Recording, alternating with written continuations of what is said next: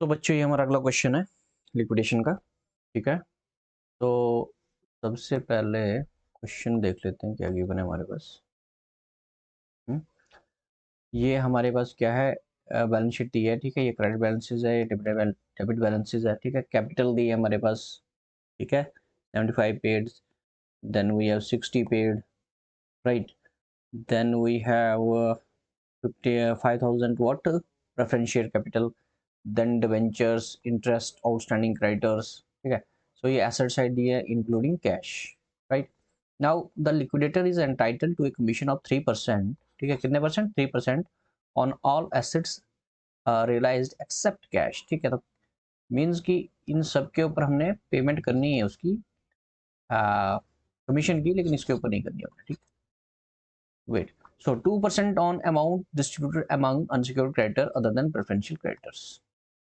ठीक है, preferential creditor को हम इंक्लूड नहीं करेंगे, बाकी पेमेंट हमने कर देनी है किसके ऊपर? अनसिक्योर्ड क्रेडिटर के ऊपर, preferential other than preferential. Now the next is creditors include preferential creditors this and alone this secured by mortgage on land and building. Great. ठीक है, सो द एसेट्स रियलाइज्ड, ये रियलाइजेशन वैल्यू है किसकी? Assets की। Okay, now the expenses amounted to liquidation is this: prepare liquidator final statement of account। तो बना लेते हैं। ठीक है, सबसे पहले हम क्या करेंगे, एसेट्स जो भी रियलाइज है वो लिखेंगे।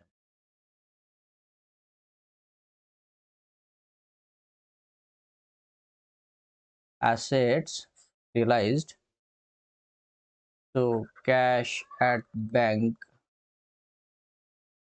75,000। ठीक है, एक एक करके लिखेंगे। Then we have land and building, land and building that is 3 lakh. Then we have machinery and plant, machinery and plant 5 lakh, inner column में लिखेंगे। देन वी हैव पेटेंट, सबकी रियलाइजेबल वैल्यू लिखेंगे। ठीक है, जो आपकी कहाँ पर दी है? Outside the balance sheet. Stock, जिनकी नहीं दी है उनकी जहाँ पर अंदर से लिखेंगे 1,50,000। Next is debtors, sundry debtors, and उनकी वैल्यू कितनी है हमारी? 2 लाख। ठीक है, इसका टोटल आ जाएगा हमारे पास 13 लाख। उसके बाद पेमेंट करेंगे। ठीक है, क्योंकि हमारी जो plant and land and building है, ठीक है, वो मॉर्गेज है, लोन कितना? 1,25,000। दैट मीन्स ठीक है आपकी सिक्योर्ड क्रेडिटर्स है। ठीक है, सो सबसे पहले पेमेंट किस करेंगे? Secured creditors. कितनी पेमेंट है? 1,25,000।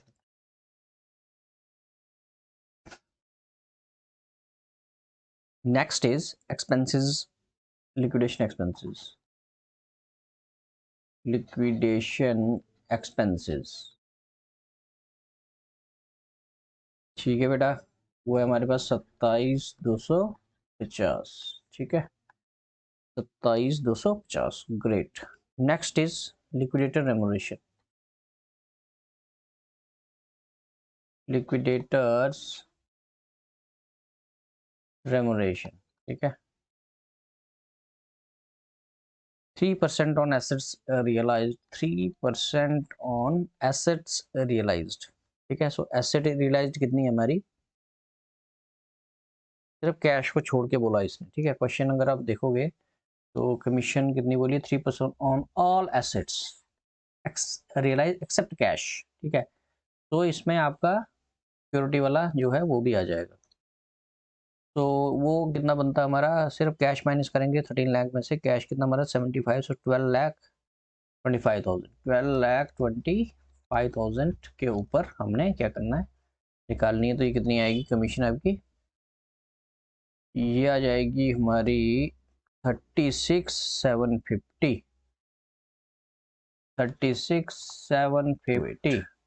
नेक्स्ट, हमारे पास क्या गिवन है यहाँ पर देखो जरा, the creditors include preferential creditor 37,500 and loan of 1,25,000 जो कि मॉर्गेज है, ठीक है। इसका मतलब ये जो हमारे क्रेडिटर है कौन से 3,62,500, ठीक है। इसमें हमारे पास दो चीज़ें, एक तो 37,500 भी इसमें इंक्लूड है और 1,25,000 भी इसमें इंक्लूड है। इसको माइनस करेंगे तब हमारे क्या निकलेंगे, अनसिक्योर्ड क्रेडिटर्स, राइट, इन्हीं क्रेडिटर्स में से, ठीक है। सो इसको हम क्या करते हैं, यहाँ पर कर लेते हैं कैलकुलेशन ऑफ, यहाँ पर लिखो कैलकुलेशन ऑफ, है ना, लिक्विडेटेड अनसिक्योर्ड क्रेडिटर्स, ठीक है। तो करो कैलकुलेट, कोई बात नहीं।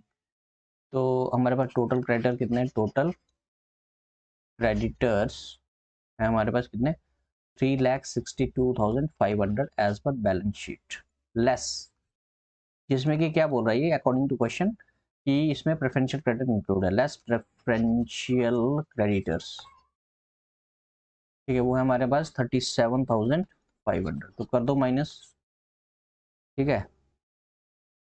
तो ये कितना आएगा, 0,0,0,7,5,12,3,2,5 एंड वी आर 3,25,000 लेस, और क्या लेस होगा, हमारा लेस होगा loan, loan secured loan, secured loan वो है 1,25,000। सो ये टोटल कितना आ जाएगा, 2 लाख। सो 2 लाख के हमारे पास क्या है, क्रेडिटर है, ठीक है। कमीशन 2 लाख पे डालनी है हमने, ठीक है। तो यहाँ पर लिखेंगे 2% on 2 lakh, right, and it will come 4,000, ठीक है। ऊपर से ऐड कर देंगे तो 40,750, this is your what, commission, ठीक है। उसके बाद क्या था हमारा, प्रेफरेंशियल क्रेडिटर्स। तो प्रेफरेंशियल क्रेडिटर कितने हमारे, वो हैं 37,500, ये भी क्वेश्चन में गिवन है। नेक्स्ट इज पेमेंट किसकी होगी, हाँ लोन, 5% मॉर्गेज डिवेंचर्स, ठीक है। वो कितने हैं, 2,50,000, ये कहाँ गया, ये रहा। इंटरेस्ट आउटस्टैंडिंग 12,500, ये दोनों चीजें लिखनी पड़ेंगी आपको, ठीक है। 2,50,000 एक चीज आ गई, दूसरी क्या आ गई, ऐड, और क्या ऐड करेंगे इसमें, इंटरेस्ट आउटस्टैंडिंग, वो कितना है, 12,500, 12,500 भी डाल दो यहाँ पर, ठीक है। सो टोटल कितना हो गया ये सर, 2,62,500, ठीक है। नेक्स्ट इज, अब पेमेंट किसकी होगी, अनसिक्योर्ड क्रेडिटर की, अनसिक्योर्ड क्रेडिटर्स, ठीक है, जो कि कितने निकाले अभी हमने, 2 लाख, वो हमारे कितने रहेंगे हमेशा, 2 लाख, ठीक है। ये हमने निकाले ना अभी यहाँ पर, ये सो एक तो ये चीज हो गई ना। नेक्स्ट इज, ठीक है, तो उसी के आगे कैरी ऑन करेंगे, अनसिक्योर्ड क्रेडिटर रखेंगे हम यहाँ पर, प्रेफरेंस शेयर होल्डर, ठीक है। नेक्स्ट, तो कितना है हमारे पास, 5 लाख, उसमें क्या ऐड करेंगे, ऐड आउटस्टैंडिंग डिविडेंड, ठीक है। तो डिविडेंड कितना बेटा, इसने क्वेश्चन में देखो क्या बोला है, the preference dividend were in arrear for 2 years, ठीक है। 2 साल का प्रेफरेंस डिविडेंड एरियर में है, तो प्रेफरेंस डिविडेंड किस पे निकलेगा, 5 लाख पे ना। तो 5 लाख इंटू कितने परसेंट है, 6, है ना, इंटू 6, कितना 2 ईयर्स के लिए, तो इंटू 2, ये और ये 0 कट जाएंगे, 6 बजे 30, 30 into 2, 60,000। So preference dividend is 60,000, लिख दो यहाँ पर। तो टोटल कितना हो गया, 5,60,000, ठीक है। तो कैसे निकाला हमने, 5 lakh into 2 divided by, into 2 into 6 divided by 100, ठीक है। उसके बाद किसकी पेमेंट होगी, फिर होगी पेमेंट हमारे 5,60,000, ये हो गया, देन हमारी पेमेंट होगी इक्विटी शेयर होल्डर की, इक्विटी शेयर होल्डर्स की, ठीक है। लेकिन पेमेंट करने से पहले हमें चेक करना पड़ेगा कि अमाउंट कितना अवेलेबल है हमारे पास, ठीक है। तो अगर हम टोटल अमाउंट की बात करें तो टोटल हमारे पास अमाउंट कितना है, 13 लाख है ना। टोटल हम यहाँ पर कर देते हैं 13,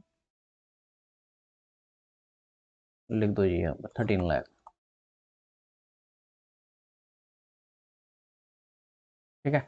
अब नेक्स्ट इज माइनस देखेंगे अभी हम, माइनस करके इसका टोटल करना पड़ेगा सबका, इसका और इसका, फिर इसमें से 13 में से माइनस करेंगे। तो यहाँ पर आप ऐसे कर सकते हो, यहाँ लिखो calculation of amount available for equity share holders, ठीक है। Calculation of amount available for equity share holder, ठीक है। So total cash in hand कितना हमारा, वो है हमारा 13 लाख है ना, इंक्लूडिंग कैश लेस पेमेंट, ठीक है। तो पेमेंट में सबसे पहले ये सारी चीज़ें लिख देंगे यहाँ पर, 1,25,000 सिक्योर क्रेडिटर की पेमेंट,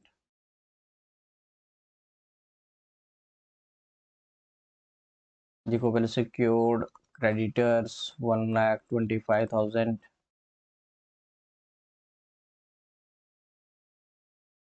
ठीक है। उसके बाद पेमेंट की हमने किसकी, लिक्विडेटर रेमोरेशन की, वो आ गई 40,750। नेक्स्ट पेमेंट हमने की प्रेफरेंशियल क्रेडिटर्स की, उसकी पेमेंट कितनी है हमारी, 37,500। फिर उसके बाद डिवेंचर्स की पेमेंट हुई, डिवेंचर होल्डर्स की, वो है हमारे पास 2,62,500। देन हमने पेमेंट की अनसिक्योर्ड क्रेडिटर्स की, उनकी पेमेंट है हमारे पास 2 लाख, ठीक है। ये सारी चीज़ें हम कहाँ से लिख रहे हैं, यहाँ से उठा के लिख रहे हैं, ठीक है। और कुछ यहाँ पर है 560 यहाँ पर भी है, ठीक है।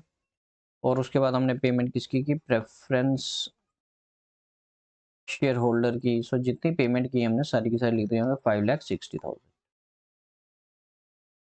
अब इसको करना है टोटल, ठीक है।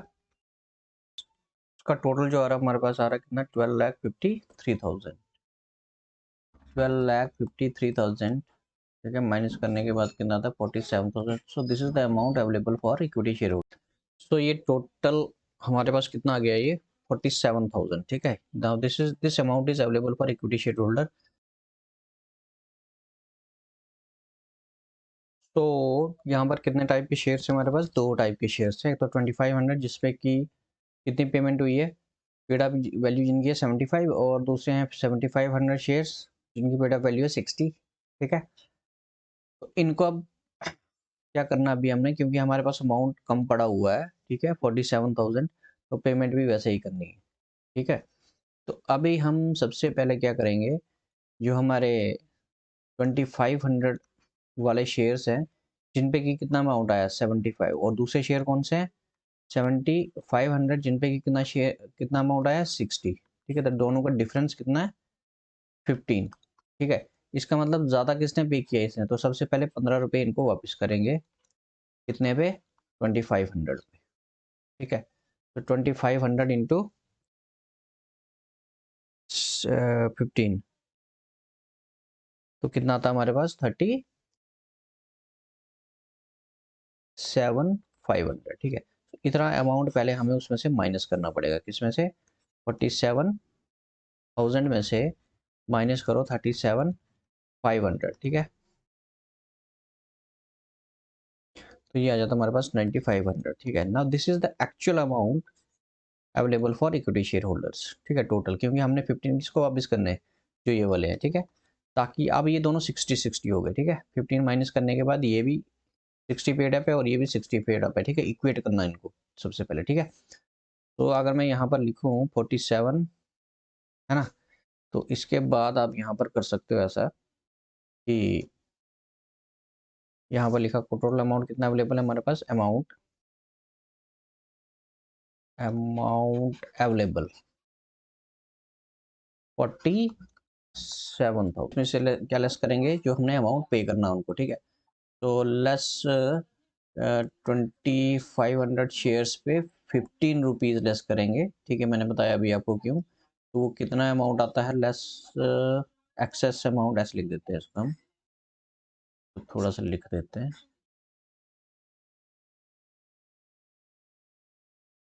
Less excess amount paid by 2500 equity shares, ठीक है।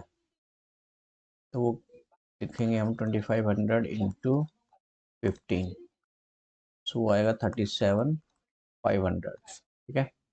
माइनस करके आएगा 9,500, ठीक है। Now okay, so refund payment पर equity is equal to 9,500 into total shares कितने हमारे पास 7,500 प्लस 2,500 कितना हो गया, ये हो गया हमारे पास 10,000, ठीक है। सो 2 दिन 4, ठीक है, 0.95 ना, इतना पैसा एक इक्विटी को वापस मिलेगा, ठीक है। अब जाओ यहाँ एट द रेट 15.95 इंटू 2,500 दूसरा,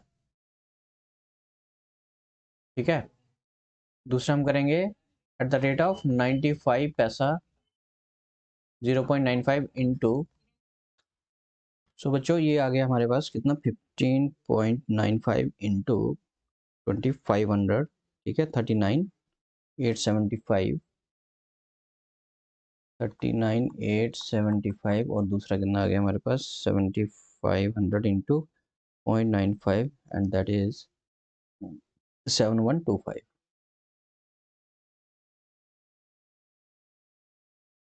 ठीक है। तो टोटल आ गया 13 लाख। La señorita